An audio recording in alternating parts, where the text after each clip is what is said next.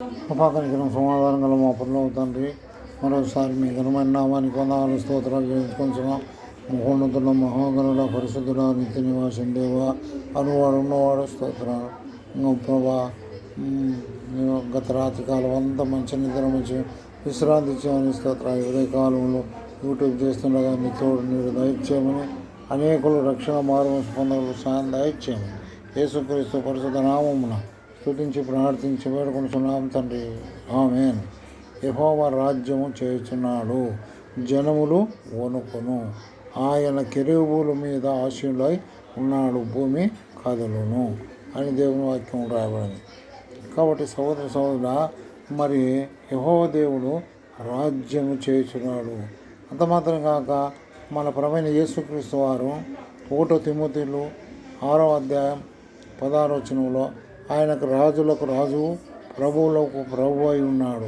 కాబట్టి అంత మాత్రం కాక మత్తయి సువార్త 2వ అధ్యాయం 1 నుండి 2 వచనాలు చదువుకుంటే మనం యూదుల రాజుగా పుట్టినవాడు ఎక్కడ ఉన్నాడు అని ఆయనకు పేరు కలిగి ఉంటున్నది. కాబట్టి సహోదర ఆయన రాజుగా ఉంటున్నాడు.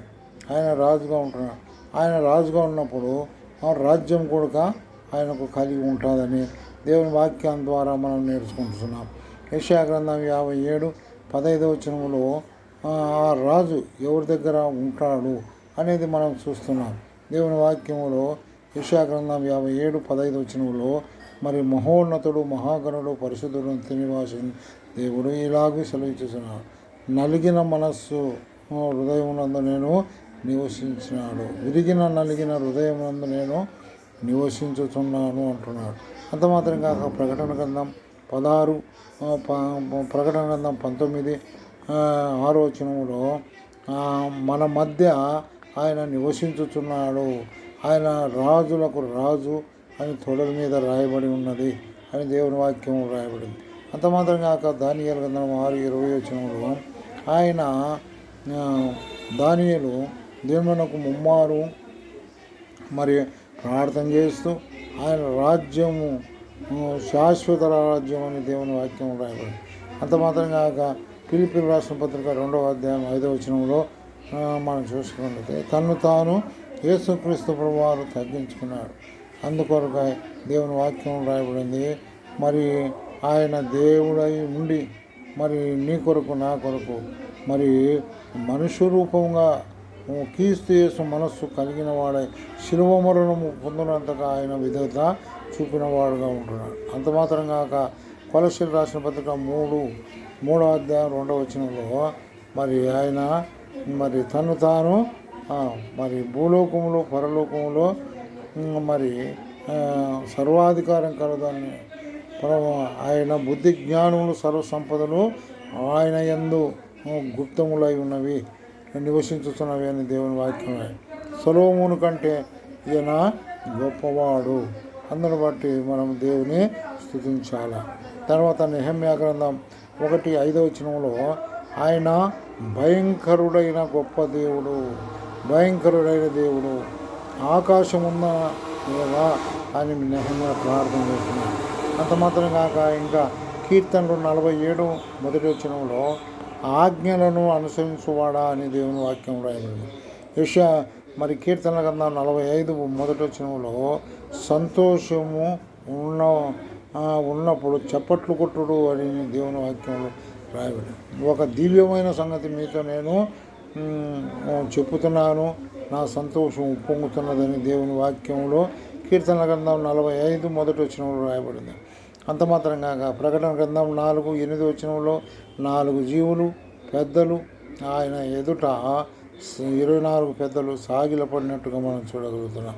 ఇంకా దేవుని వాక్యంలో చూసినట్టయితే ప్రకటన గ్రంథం 5వ అధ్యాయం 19వ వచనంలో యుగ యుగములు ఆయన మహిమయు ఘనతయు ప్రభావము ఏలుచున్నాడు అని దేవుని వాక్యం రాయబడింది. కాబట్టి సహోదర అందును బట్టి దేవుని స్తుతించాలి. మరి ఎఫెసీయులకు రాసిన పత్రిక 2వ అధ్యాయం 4-5 వచనాలలో ఆయన కరుణా సంపూర్ణుడైన వాడు. ఇటువంటి వాడు కరుణా సంపూర్ణుడైన. అంత మాత్రం కాక 3:18 వచనంలో ఆయన మహాకృప కృప మహదైశ్వర్యమును ఆయన కలిగి ఉన్నాడని దేవుని వాక్యం రాయి. అంత మాత్రం కాక మరి ఎఫెసీయులకు రాసిన పత్రిక 5:25 వచనంలో తన్ను తాను అప్పగించుకొనెను అని రాయబడింది. అంత మాత్రం కాక మరి ఎఫెసీయులు 2:12 వచనంలో ఆయన మనము ఒకప్పుడు మరి పరజనులం, పరదేశులం, వాగ్దాన నిబంధన లేనివారు అటువంటి మనల్ని ఏం చేసినాడు, తన ప్రజలుగా చేసుకున్నట్టుగా మనం చూడగలుగుతాం.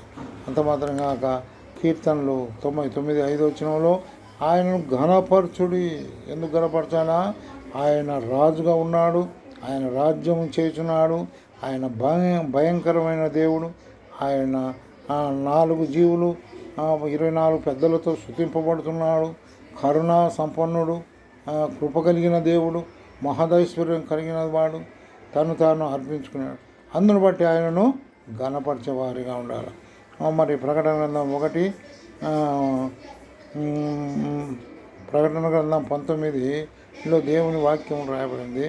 అపరంజితతో సమానము అని దేవుని వాక్యం రాయబడింది. అంత మాత్రం కాక మరి 1 పేతురు 1:14లో ఆయన పరిశుద్ధుడు, నిన్ను నన్ను పరిశుద్ధులుగా చేయుటకు ఆయన ఈ లోకానికి వచ్చాడు. సమస్త ప్రవర్తనలో పరిశుద్ధులై ఉండుడని సెలవిచ్చాడు. అంత మాత్రం కాక యెషయా గ్రంథం 6:3 వచనంలో మరి దేవదూతలు శిరోబులు ఏం చేస్తున్నాడు, ఆయన సింహాసనాసీనుడైనప్పుడు పరిశుద్ధుడు అని మరి కోరుతున్నట్టుగా మనం చూడాలి. కాబట్టి సహోదర ఉదయ కాలంలో మరి నీవు నేను ఆయన ఆరాధనకు స్తుతులకు పాత్ర యుగములు జీవిస్తున్న దేవుడు. అటువంటి దేవుని మనము ఆరాధించి దేవుని స్తుతించగలం. దేవుడి వాక్యమును దీవించుగాక. ఆమేన్.